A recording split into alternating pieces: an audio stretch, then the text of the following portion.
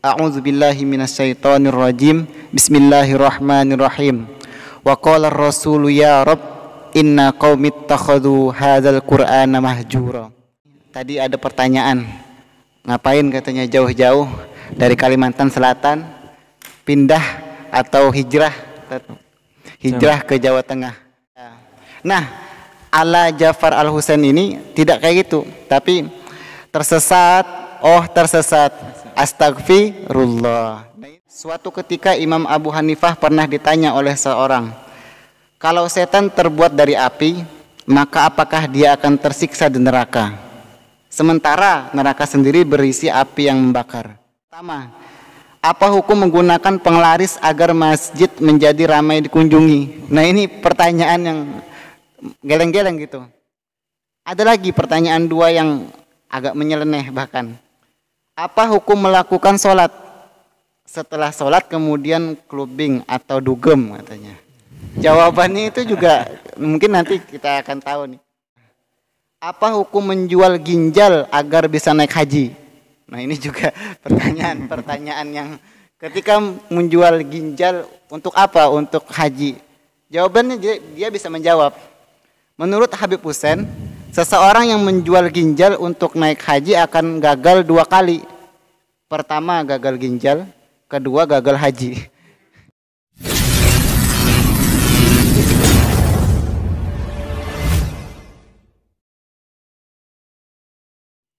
Bismillahirrahmanirrahim. Assalamualaikum warahmatullahi wabarakatuh. Assalamualaikum warahmatullahi wabarakatuh. Innal hamdalillah nahmaduhu wa nasta'inuhu wa nastaghfiruh wa a'udzu billahi min shururi anfusina wa min sayyiati a'malina may yahdihillahu fala mudilla lahu wa may yudlil fala hadiyalah. Asyhadu an la ilaha illallah wa asyhadu anna Muhammadan abduhu wa rasuluh.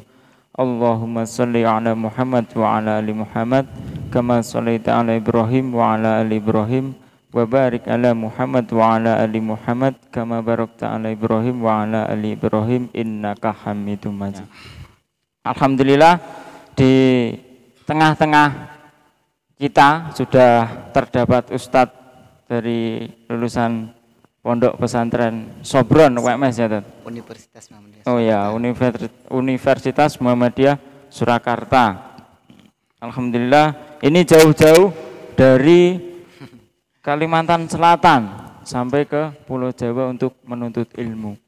Betapa luar biasanya bagi seorang yang menuntut ilmu. Pasti akan dibuka jalan ke surga, begitu ya, Tad? Benar.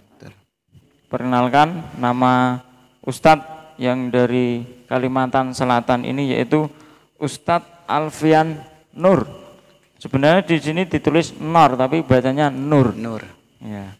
Alfian Nur, sarjana pendidikan. Alhamdulillah. Alhamdulillah. Gimana kabarnya, Tad? Alhamdulillah sehat walafiat. Alhamdulillah. Kalau Ustadz itu menuntut ilmu, kenapa kok jauh-jauh sampai ke Pulau Jawa gitu, Tad? Padahal di sana mungkin ada universitas-universitas yang sangat tinggi, yang sangat luar biasa. Tapi kenapa Ustadz kok milih di Jawa? Oke, siap. Langsung sini? Iya, enggak apa-apa. Oke, sambil sharing-sharing, Tad. Iya. Bismillahirrahmanirrahim. Assalamualaikum warahmatullahi wabarakatuh. Waalaikumsalam warahmatullahi wabarakatuh. Innal hamdalillah nahmaduhu wa nasta'inuhu wa nastaghfiruh wa na'udzu billahi min sururi anfusina wa min sayyiati a'malina may yahdihillahu fala mudhillalah wa may yudlil fala hadiyalah. Asyhadu an la ilaha illallah wahdahu la syarikalah wa asyhadu anna Muhammadan abduhu wa rasuluh. Allahumma shalli ala Muhammad. Saya akan sedikit membuka sekalian ini bagian dari tema untuk hari ini. Ya. Dimulai dari Quran surah Al-Furqan ayat ke-30. A'udzu billahi minasyaitonir rajim. Bismillahirrahmanirrahim. Wa qala ar-rasulu ya Rabb inna qaumi ittakhadhu hadzal qur'ana mahjura. Terdapat di Al-Qur'an surah Al-Furqan ayat ke-30. Yang ini akan menjadi tema untuk hari ini. Sebelum kita memasuki tema untuk hari ini, tadi ada pertanyaan. Ngapain katanya jauh-jauh dari Kalimantan Selatan pindah atau hijrah ke Jawa Tengah. Nah, lebih tepatnya di Solo. Saya mengabdi sekarang di Jawa Tengah lagi, yaitu lebih tepatnya di Boyolali. Alhamdulillah selama 4 tahun masa pendidikan saya di kuliah Universitas Muhammadiyah Surakarta alhamdulillah selesai. Dan kalau ditanya mengapa alasan kenapa saya harus ke Jawa, salah satunya adalah Jawa itu menyimpan atau ada tempatnya ilmu pengetahuan. Saya itu benar-benar merasakan ketika hijrah dari Kalimantan Selatan ke Jawa, yang kita tahu juga bahwa Jawa itu, apalagi Jawa Tengah, kita mengenal kota Solo, kita mengenal kota Yogyakarta yang disebut itu adalah kotak pendidikan, dan emang luar biasa. Universitasnya itu luar biasa. Ada di tempat saya itu juga Universitas Muhammadiyah Banjarmasin ada. Cuman tidak cuman itu sebenarnya. Saya di lingkungan di Jawa aja itu merasakan saya mendapatkan ilmu. Tidak didapatkan di bangku kuliah, tapi juga saya mendapatkan di lingkungan sekitar juga mendapatkan ilmu. Itu salah satu untuk pertanyaan tadi itu. Siap. Inilah jawabannya. Kita sebagai orang Jawa itu juga harus bangga. Karena dari Ustadz ini, Ustadz Alfian dari Kalimantan Selatan, bahwa di Jawa Tengah itu kan pusat banyak pengetahuan. Iya, banyak pengetahuan, banyak ilmu.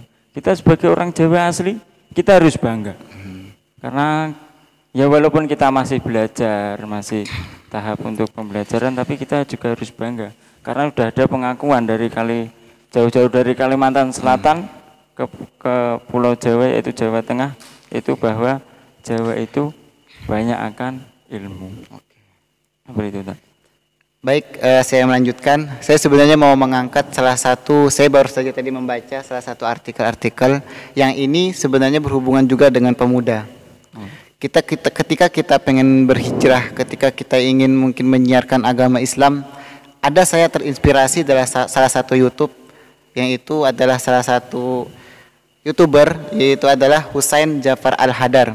Mungkin bagi semua YouTuber udah pada tahu siapa orang ini. Beliau ini membawakan sebuah materi-materi tentang keislaman, tapi dengan gaya-gaya yang ala-ala pemuda. Bahkan nanti dipunculkan pertanyaan-pertanyaan, dan dia juga bersama dengan orang komedian. Nah, ini merupakan motivasi kepada buat kita semua, para pemuda, ketika ingin menyebarkan Islam, tidak cuman kita lebih kepada di mimbar gitu. Kita juga sudah memulai teknologi itu dengan live streaming seperti kayak gini, atau kayak kajian-kajian online, itu luar biasa ternyata. Nah, salah satu yang saya simak dari salah satu channelnya YouTube-nya itu, Pemuda Tersesat Dakwah Kreatif ala Husain Jafar Al-Hadar. Nanti bisa dibaca juga, ada artikelnya. Beliau itu menumbuhkan atau mempertanyakan pertanyaan-pertanyaan yang unik dan lucu bahkan. Coba nanti saya akan pertanyakan. Dakwah ini dakwah ala pemuda. Seketika mengutip salah satu pertanyaannya. Nah, di sini tuh dakwahnya itu ketika dulu itu Ustadz Maulana menyerukan yel-yel ya, jamaah katanya. Oh jamaah, alhamdulillah. Nah, ala Jafar Al-Husain ini tidak kayak gitu, tapi tersesat, oh tersesat, astagfirullah. Nah, ini salah satu tren-tren pemuda yang perlu kita contoh sebenarnya. Ada lagi beberapa pertanyaan yang perlu ini sebenarnya buat lucu, dan ini jawabannya juga logika. Kayak gini nih. Abu Hanifah pernah ditanya. Nah, pada masa ulama salaf pernah muncul pertanyaan-pertanyaan yang tidak masuk akal. Pertanyaan apa itu?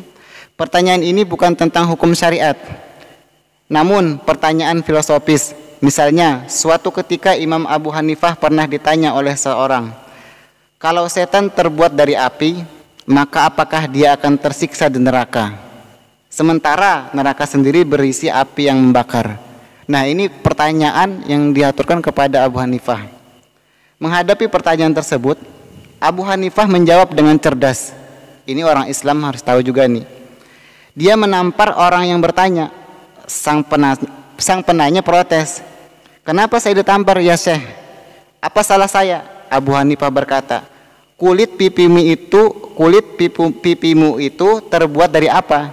Dia menjawab, kulit. Tanganku yang digunakan menampar pun adalah lapisan kulit juga, ujar Abu Hanifah. Nah, ini adalah pertanyaan ketika mungkin sedikit liberal, bahkan pertanyaan yang aneh. Ketika jin diciptakan dari api, apakah bisa dihukum neraka? Jawabannya cukup dengan ditampar gitu kan. Ternyata tangan ketika dibuat dari kulit, pipi juga dibuat dari kulit, bisa merasakan. Nah, ini adalah pertanyaan-pertanyaan yang juga menghibur gitu buat pemirsa. Ada lagi pertanyaan-pertanyaan yang merupakan ya sebenarnya membuat geleng-geleng kepala gitu.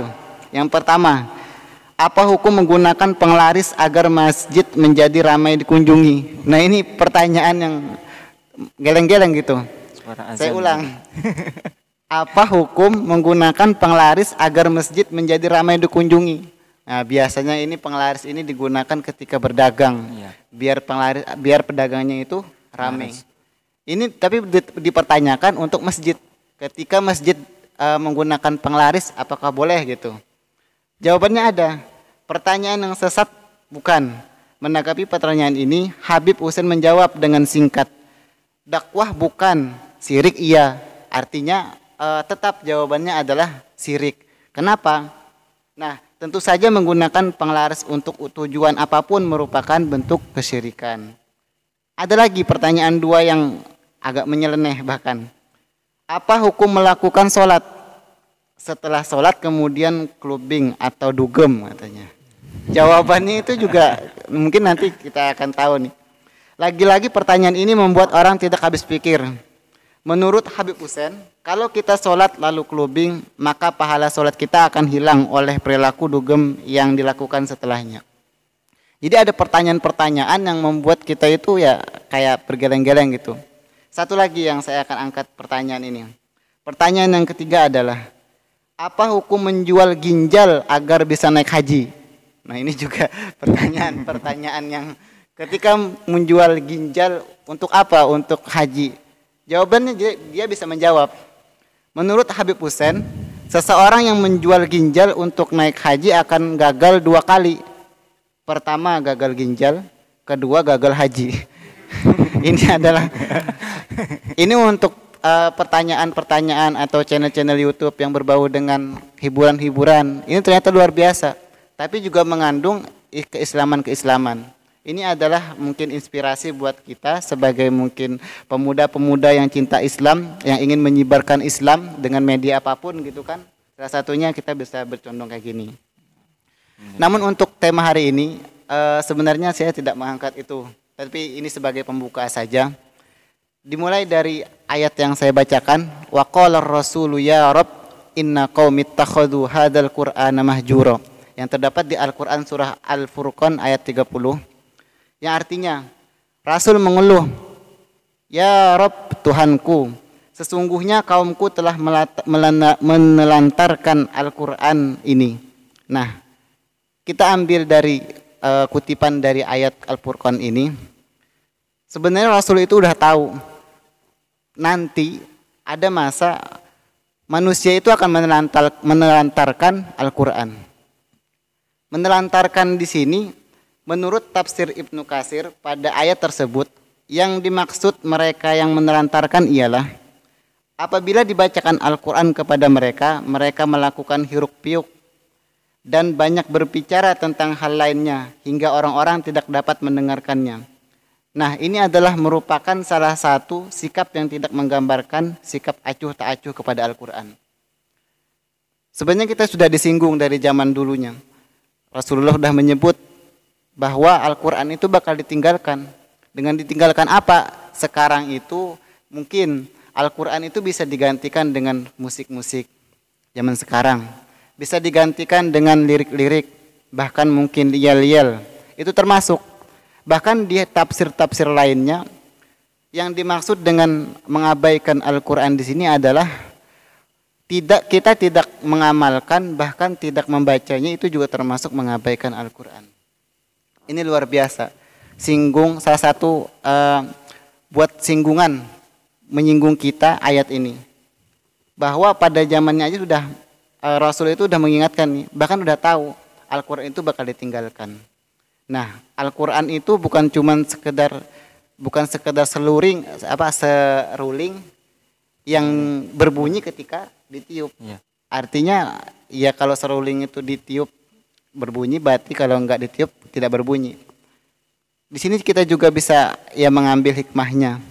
Ketika sudah diperingatkan, Al-Quran itu ternyata nanti akan ditinggalkan sebagian orang bahkan. Bahkan ya kita mengerti ya, ada beberapa tilawah, bahkan musabaqah tilawah Al-Quran tingkat nasional, tingkat internasional, itu luar biasa dikumandangkan. Tapi apakah Al-Quran hanya sebatas itu gitu? Ternyata tidak. Bahkan saya mengutip lagi dari ini adalah sebagian dari artikel yang saya tulis. Nanti saya mungkin share juga di bagian deskripsinya, yang berjudul Al-Quran sebagai limbo sejarah. Nah, ini adalah artikel yang saya tulis yang insya Allah juga bermanfaat buat yang membacanya. Salah satunya adalah tadi, ketika kita diperingatkan bahwa Al-Quran itu akan ditinggalkan. Apakah kita termasuk orang yang meninggalkan atau kita orang yang termasuk menjaga Al-Quran? Ini mungkin pesan dari saya, Mas. Mengenai sebagai pemuda, kita jangan sampai lengah dan termasuk orang-orang yang meninggalkan Al-Quran. Alhamdulillah, luar biasa sekali apa yang disampaikan oleh Ustadz Alfian Nur, sarjana pendidikan ini. Itu seperti tadi yang dikutip tentang sholat. Kan itu ada orang sholat kemudian dugem. Ya, kalau di Jawa itu gini kan. Intinya itu di daripada enggak sholat kan. Oh, gitu. daripada. Betul, jawabannya salah satunya itu. Ya kan gitu kan. Ada orang yang nakal sekali tapi sholat. Kalau di Jawa pasti daripada enggak sholat. Nah itu loh kan. Yang menjadi penyakit itu daripadanya itu loh. Kemudian lagi seperti tadi. Di dalam Quran surat Al-Furqan akan ada suatu zaman atau masa akan menelantarkan Al-Quran. Ya ini terjadi pada saat ini. Karena apa? Ya seperti yang dikatakan oleh Ustadz Alfian tadi, bagaimana musik itu melalaikannya. Seperti yang terjadi saat ini, yaitu di TikTok yang lagi trending mungkin. Betul. TikTok ini, kita joget-joget gini-gini, dari masuk HP hingga masuk TV. Itu, ini loh. Mungkin yang ya zaman saat ini bisa termasuk tanda-tanda hari akhir juga. Luar biasa sekali materi yang dibawakan oleh Ustadz Alfian Nur, sarjana pendidikan ini, lulusan dari Pondok Pesantren Sobron Universitas Muhammadiyah Surakarta. Ya. Dari jauh-jauh dari Kalimantan Selatan menuju ke Jawa, karena orang di Jawa itu banyak ilmu, banyak pengetahuan. Karena di Jawa itu mungkin unik kan, dari adat istiadatnya, kemudian dari beragam budayanya mungkin di Jawa itu paling banyak sekali. Kan seperti itu. Itu ya Tan, yang bisa disampaikan. Oh ya, tidak lupa, Ustadz Alfian ini juga punya channel YouTube, yaitu apa Tan namanya? Alfi Official. Oh, Alfi Official. Alhamdulillah ini sudah 1000 subscriber Tan. Alhamdulillah proses monet. Alhamdulillah. Ini nanti channel Muhammadiyah Handong juga menyusul. Siap, harus amin. Tetap semangat kan. Mungkin cukup itu yang dapat kami sampaikan. Apabila ada salah kata ataupun perbuatan kami mohon maaf, karena kesalahan datangnya dari saya pribadi dan kebenaran datangnya dari Allah Subhanahu wa taala. Mungkin cukup. Nun wal qalami wa may yasturun fi sabilil haq fastabiqul khairat. Wassalamualaikum warahmatullahi wabarakatuh. Waalaikumsalam warahmatullahi wabarakatuh.